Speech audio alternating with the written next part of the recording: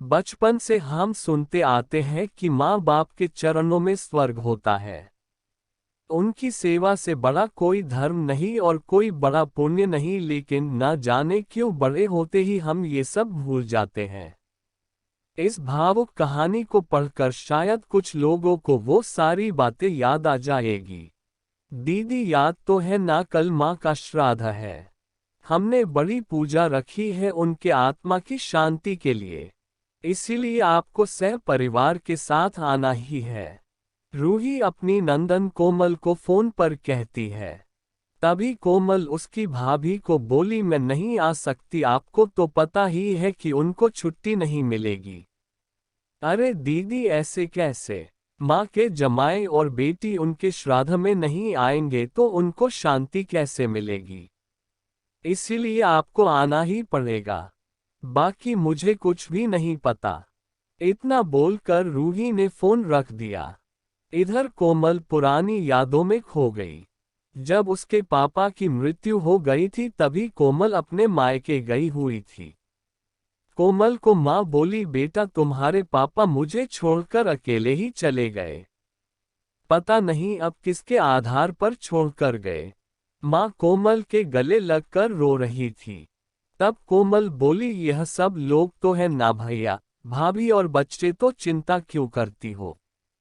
कोमल कई दिनों तक अपनी माँ के पास रहकर आई थी, लेकिन हमेशा ज्यादातर फोन पर बोलना होता था। कभी कॉल पर तो कभी वीडियो कॉल पर बोलना होता था। बेटा क्या बनाया तूने, एक दिन माँ ने वीडियो कॉल पर पूछा। माँ आलू की सब्जी और रोटी बनाए हैं, कोमल ने जवाब दिया। माँ बोली, अरे वाह। सब्जी का नाम सुनते ही माँ की आंखों में एक अलग ही चमक देखने के मिली जो कोमल को दिखी। तभी कोमल माँ को बोली, माँ तुम्हें खाने का मन हो रहा होगा तो भाभी को बोलो बना कर दे। कोमल हंसते हुए माँ से बोली। तभी माँ बोली, नहीं नहीं, अब इस उम्र में आलू कहाँ पचते हैं। मैं तो ऐसे ही बोल रही थी। जब तुम्हारे पापा हुआ करते थे तब बहुत बार बनाती थी। भाभी का तो नाम लेते ही जैसे माँ की आंखों की चमक गायब सी हो गई। माँ ने कॉल रख दिया। माँ को क्या हो गया, ऐसे क्यों बोल रही थी, वह सब ठीक तो होगा ना। कोमल अपने आप से बातें कर रही थी। ऐसे बहुत बार खाने की बातों पर बातचीत होने पर माँ की आंखों का भाव बदल जाता, लेकिन ऐसा क्यों था वो समझ नहीं पाए। लेकिन इसके पीछे का राज उसके समझ में आया जब वह छुट्टियों में 2 दिन के लिए मायके गई थी। एक दिन कोमल माँ के कमरे में माँ के साथ गपशप कर रही थी, तभी दीदी खाना खाने चलो, रूही माँ के कमरे में आकर कोमल को बोली। चलो माँ तुम भी खाना खा लो, कोमल उठते उठते हुए बोली। अरे दीदी नहीं नहीं, माँ को क्यों तकलीफ देना, वह यहीं पर ही खाना खा लेगी। आप चलो, रूही बोली।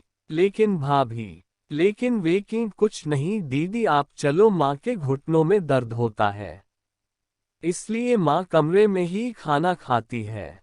रूही स्पष्ट रूप से बोलती है। तो फिर भाभी मेरा भी खाना यहीं पर लाओ, हम दोनों साथ में खाना खाएंगे, ऐसे कोमल अपने भाभी को कहती है। इस पर रूही कुछ नहीं बोल पाए, लेकिन कोमल को साफ तरीके से समझ में आ गया कि रूही को यह सब पसंद नहीं आया। वह चुपचाप वहां से निकल गई और थाली में पूरी सब्जी, रायता, अचार लेकर आई और माँ के लिए खिचड़ी। माँ यह क्या है, तुम यह सब नहीं खाने वाली हो क्या, कोमल माँ को बोली। उतने में रूही बोली, अरे दीदी माँ को यह सब हजम होता ही नहीं, इसलिए मैं उनको खिचड़ी और दाल ही देती हूँ। इतना बोलकर रूही वहां से निकल गई। माँ ने अपनी प्लेट उठाई पर माँ का ध्यान कोमल की प्लेट पर ही था। यह देख कोमल सुन सी पड़ गई। उसने माँ के मुंह में एक पूरी का निवाला डाला, लेकिन माँ ने मना कर दिया। तब कोमल ने अपनी माँ की आंखों में वही भाव देखा था जो वीडियो कॉल पर देखा था। पता नहीं भाभी का डर था या लड़की के निवाले का मोह था। तब भी कोमल ने पूरा खाना माँ को खिलाया और खुद खिचड़ी खाने लगी। 2 दिन कोमल वहीं पर थी और कोमल माँ को उसकी प्लेट का खाना खिलाती और खुद खिचड़ी खाती। ऐसे 2 दिनों तक चला। माँ के बहुत मना करने के बाद भी कोमल मात्र जिद में माँ को खाना खिलाती थी। वह बोली, भैया मैं कुछ दिनों के लिए माँ को अपने घर ले जाती हूँ। घर जाने से पहले कोमल ने अपने भाई तन्मय को पूछा। वह बोला, क्या तुम्हारा दिमाग खराब हो गया है? लोग क्या कहेंगे? बेटा माँ को तकलीफ देता होगा इसलिए माँ अपनी बेटी के घर रहती है। तन्मय गुस्से में बोला, अरे बाबा सही तो बोल रहा है वह। माँ बेटी के घर जाती है क्या भला? तू आराम से जा अपने घर, मेरी चिंता मत कर, मैं यहाँ खुश हूँ। बेटे की बातें सुनकर माँ बोली। कोमल ने बहुत जिद की लेकिन माँ बेबस थी। कोमल उदास मन से अपने घर वापस आई। कुछ दिनों बाद खबर आई कि माँ अब नहीं रही। इस खबर ने सब कुछ खत्म कर दिया था। कोमल को पता था कि माँ कितनी तकलीफ से गुजरी, लेकिन माँ को दूसरा लड़का नहीं था बल्कि एक लड़की थी, इसलिए वह कुछ नहीं कर सकती थी।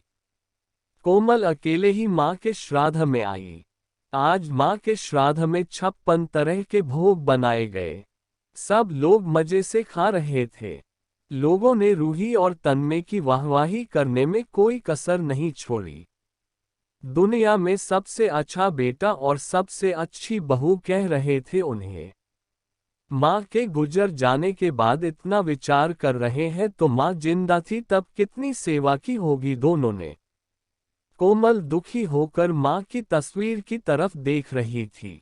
तभी दीदी चलो आप भी खाना खा लीजिए, रूही कोमल को बोली, जो माँ के रूम में माँ की तस्वीर सीने से लगा कर रो रही थी। वह बोली, नहीं भाभी मुझे नहीं खाना। लेकिन क्यों?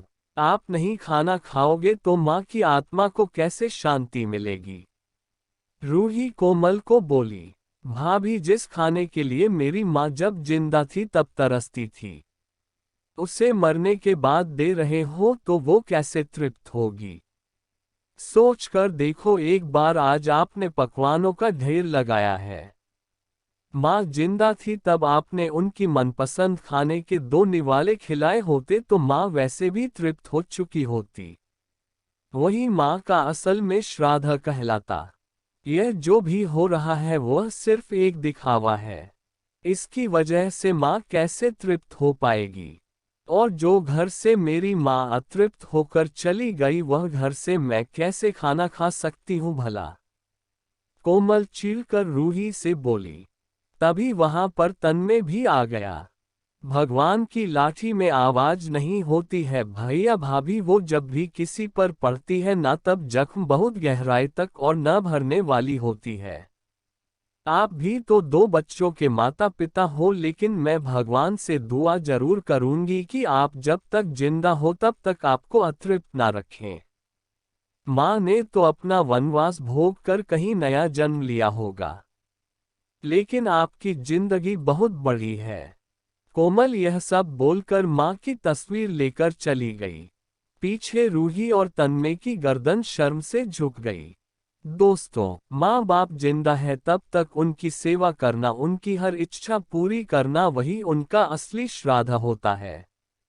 उनकी मृत्यु के बाद कितने भी 56 भोग बनाए सब व्यर्थ है।